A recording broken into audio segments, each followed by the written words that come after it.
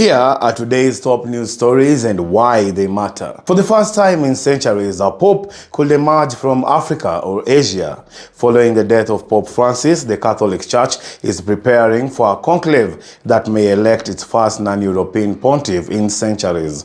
Among the frontrunners is Ghana's Cardinal Peter Turkson, 76, known for his advocacy on climate change, economic justice, and human rights. The others are Cardinal Fridolin Ambongo Besungu, 65, from the Democratic Republic of Congo, and Cardinal Robert Sarah of Guinea, 80, whose age may make his chances slimmer. The news that the next pope could come from them has had Ghanaians talking.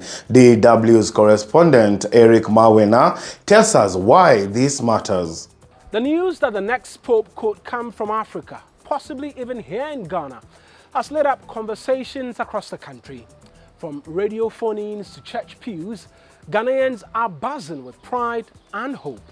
For many here, the prospect of Cardinal Peter Turkson ascending to the papacy isn't just symbolic, it's deeply personal.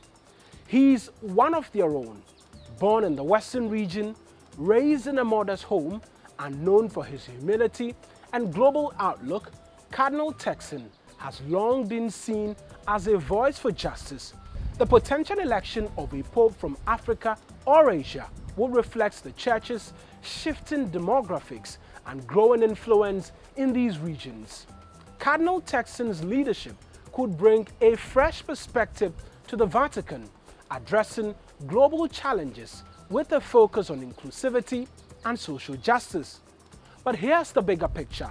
The conclave's decision will not only determine the Church's spiritual leader, but also influence its stance on pressing issues like climate change, economic inequality, and human rights. A pope from the global south could reshape the Church's priorities and engagement with the world.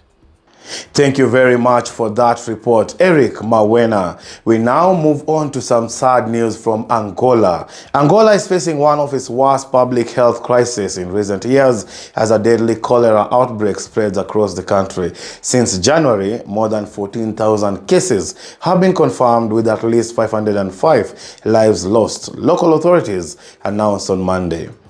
According to the World Health Organization, 17 of Angola's 18 provinces have now been affected, making a rapid and dangerous escalation.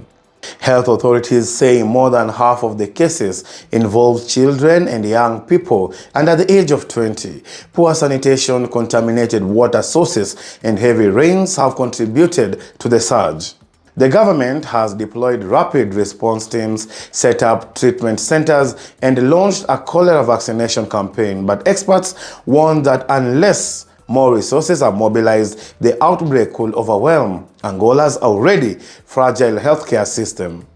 And finally, Russian President Vladimir Putin has held a phone call with his South African counterpart, Cyril Ramaphosa, as part of ongoing efforts to engage African leaders on the war in Ukraine. According to a statement from the Kremlin, Putin emphasized the need to eliminate what he called the root causes of the conflict and protect Russia's long-term security interests. South Africa's presidency confirmed the call and said Ramaphosa reiterated Pretoria's support for a peaceful resolution through dialogue. The discussion comes just weeks after Russia welcomed a peace framework proposed by African leaders, including Ramaphosa, during a previous mediation attempt in 2023. The renewed talks signal Moscow's continued push to maintain strategic ties with African nations amid Western isolation.